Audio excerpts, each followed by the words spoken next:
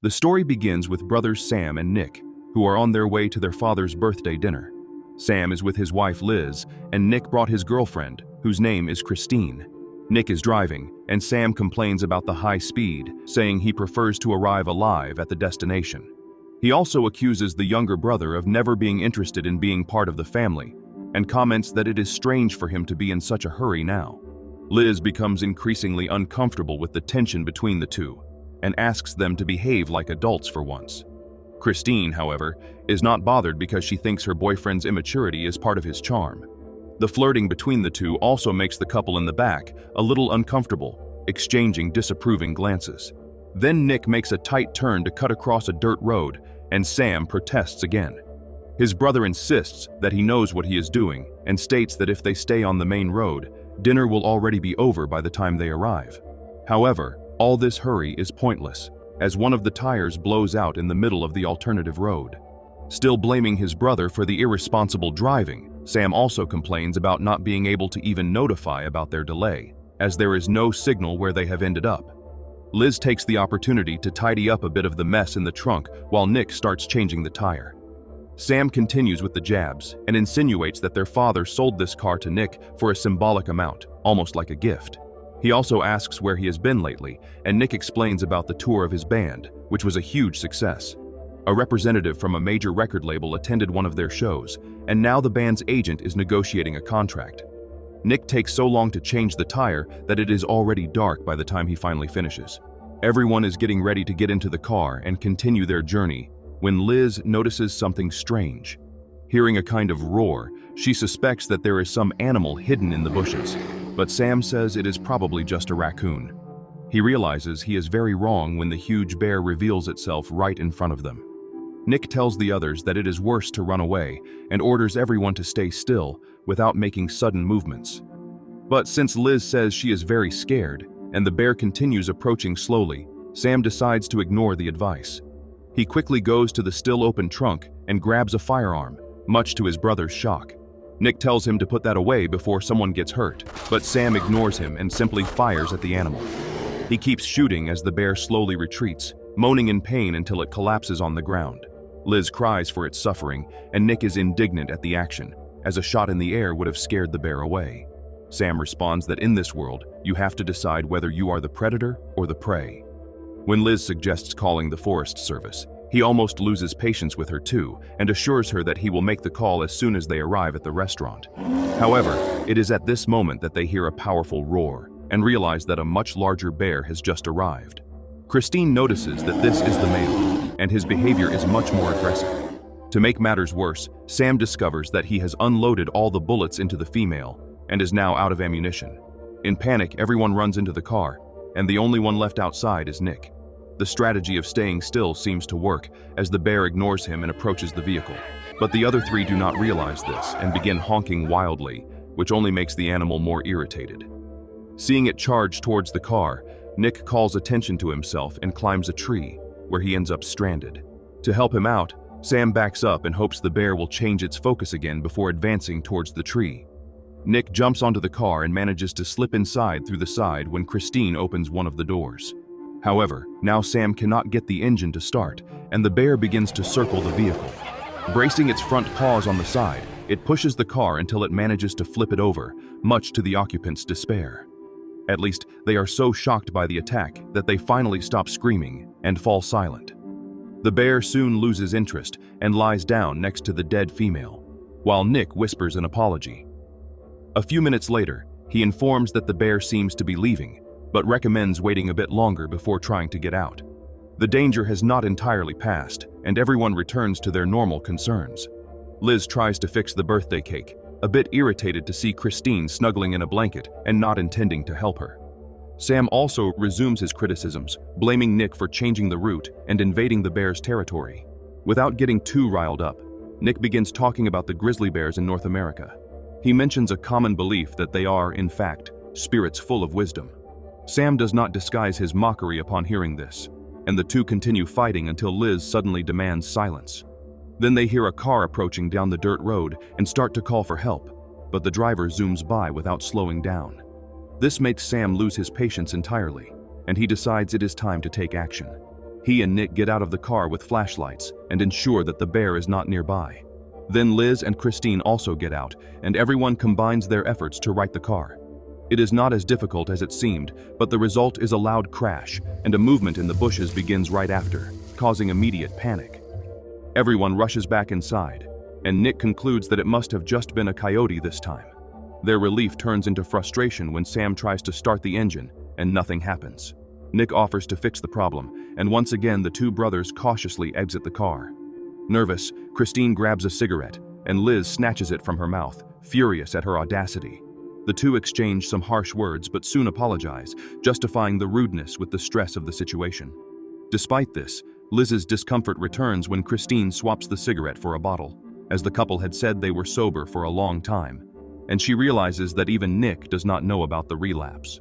Outside, Sam is talking specifically about Christine, as this is another choice of Nick that displeases him. Just like Nick's profession as a musician, he thinks Christine is suitable for something fleeting, without much permanent potential. Always comparing his own life to Nick's, Sam says it is time for Nick to grow up and abandon these frivolous distractions. However, by this point, the two women are already understanding each other better, and Liz confesses to Christine that her marriage to Sam is not going very well. She asks her new friend not to say anything to the other two, as Sam would become furious over the gossip. When the brothers finish the job, Christine manages to start the engine, and everyone celebrates the victory. But the group's joy does not last long, as the car tips over as soon as they try to make it move for real. Nick realizes that one of the wheel axles is broken, and this is not the kind of repair that can be improvised in the woods. Tired of being trapped in the car, they decide to walk to the main road, convinced that the male bear must be far away after all this time. Sam gets annoyed seeing that the phone still has no signal and resumes attacking his brother. He says Nick's hurry was to arrive faster than their father's Porsche, since he knows the luxury car was a gift from Sam. The argument intensifies, and the two almost resort to violence, but Christine interrupts them.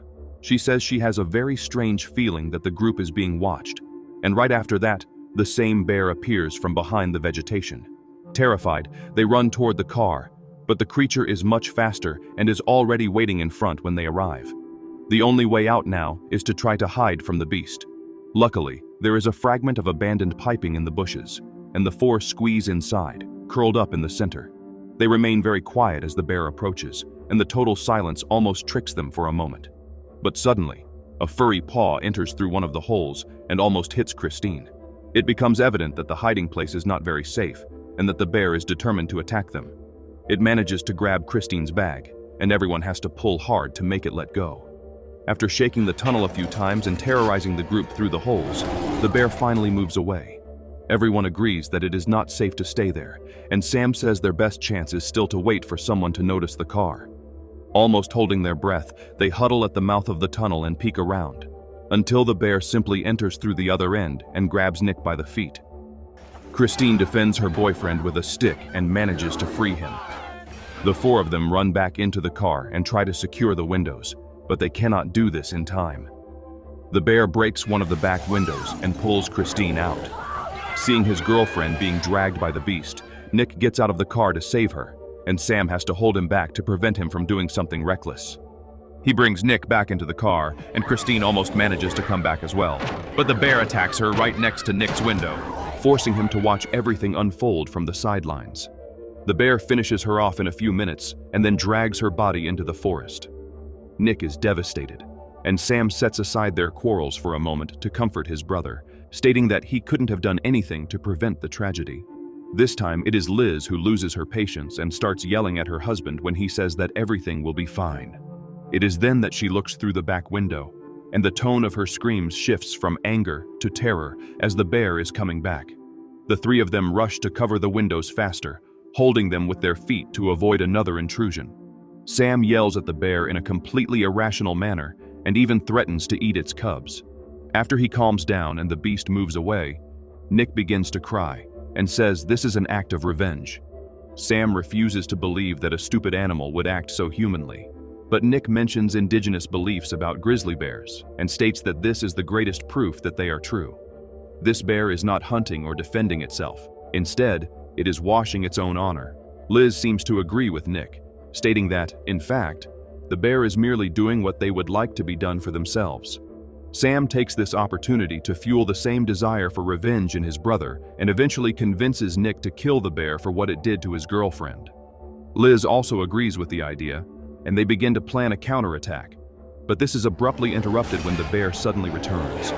It attacks the vehicle with such force that it flips upside down this time. As the beast climbs onto the overturned car, the three of them begin to search for something they can use to defend themselves.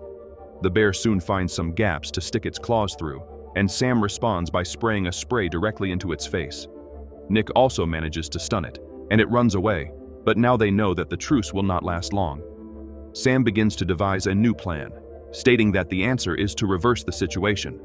If they can get the bear inside the car, they could trap it there while they escape. Liz thinks this is crazy, and Nick laughs at the stupid idea, but both are forced to admit they do not have a better one. Therefore, Liz suggests using the cake as bait, and Sam leaves it outside, calling the bear to desert. After a few moments, roars start to be heard, and the animal comes closer. It enters the car just as Sam had planned, while the couple sneaks out the other side. But when it is Nick's turn, he is once again grabbed and cannot get out. Hearing his brother's screams, Sam interrupts the plan immediately and rights the car with his wife's help. The bear calmly exits the car as the two re-enter to check Nick's condition. They are relieved that it was only a few scratches, but Liz is starting to become frantic over this endless suffering. Then Sam decides to try an even riskier solution. He states that he will run to the lodge and call for help from there. This is their only chance for it to work now, as the bear has also come away somewhat injured. Nick offers to go in his place, but besides being hurt, Sam is a marathon runner and has a much better chance of success. Not seeing the bear lurking behind the bushes, he exits the car and starts running while Liz tends to Nick's wounds.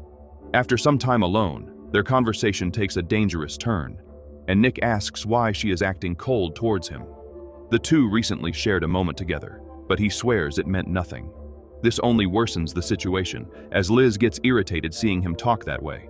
She accuses him of only being with her out of spite for his brother, and Nick admits this is true. Meanwhile, Sam finally manages to reach the lodge they were heading to, and is even emotional when he sees their father's Porsche in the parking lot. However, he comes face to face with the bear right after that, and quickly hides, realizing that the creature has followed him there. In the car, Liz starts to open up to Nick and tells him that their marital problems are related to the couple's financial situation. Nick is shocked to hear this, as his brother is the greatest example of a successful man he knows. But Liz says this is all a facade, since Sam is buried in debt and is under government investigation. She also reveals that the extravagant present for their father was just a maneuver by Sam to keep the Porsche away from his creditors. Nick is still stunned when she states that there is one last secret. However, it is right at this moment that Sam's face is flung against the window glass. He is alive but completely terrified, as the bear has just brought him back all that way. Nick manages to injure the animal when it dumps his brother by the car door. He and Liz manage to pull him inside and are shocked to hear what happened. Now, no one doubts the indigenous opinion on the grizzly bear, as it is obvious that it is acting strategically. Still, Liz says this does not explain why it spared Sam, instead of simply devouring him in the parking lot. Sam says this is part of a mind game, and that the bear is using psychological torture, but Nick disagrees. He thinks Sam was returned to resolve the pending issues within their family. Liz notices he is about to reveal the infidelity and begins to get anxious, which only intrigues Sam more with the whole conversation. Realizing there is no escaping the revelation, she decides to shock both of them at once and announces that she is pregnant. This makes Nick change his mind about honesty, deducing that the child might be his. What he does not know is that the damage is already done. Sam and Liz have not shared a bed for over 5 months, and by her general appearance, it is obvious that the pregnancy is much more recent. Sam knows very well that he cannot be the father of this child, and becomes even angrier upon discovering who it is. In a sarcastic tone, he congratulates Nick for having achieved, in one go, what he has been trying to do for several years, as expanding the family has always been his dream. While Liz remains silent, Nick even tries to explain himself, but then Sam starts cursing his own wife and accusing his brother of having done this to steal his assets through divorce. Nick cannot resist the provocation and tells his brother that this is impossible, as Sam is penniless and about to see the sun rise square. This is the last straw for the other, who charges at him. Completely forgetting about the bear, the two exit the car and begin rolling on the ground. Liz screams at them and stands in the doorway, pleading for them to stop. Only then does she see the claws just inches from her face and discovers that the bear is watching the fight from atop the car. The other two stop fighting when they see it attack Liz and rush to help her. They manage to scare the bear away enough to get back inside, but now Liz is injured. Very regretful, Nick confesses that the record deal was all a lie and says that Sam was always right. He thinks the bear will not leave the trio in peace precisely because they are a trio, and this is not right.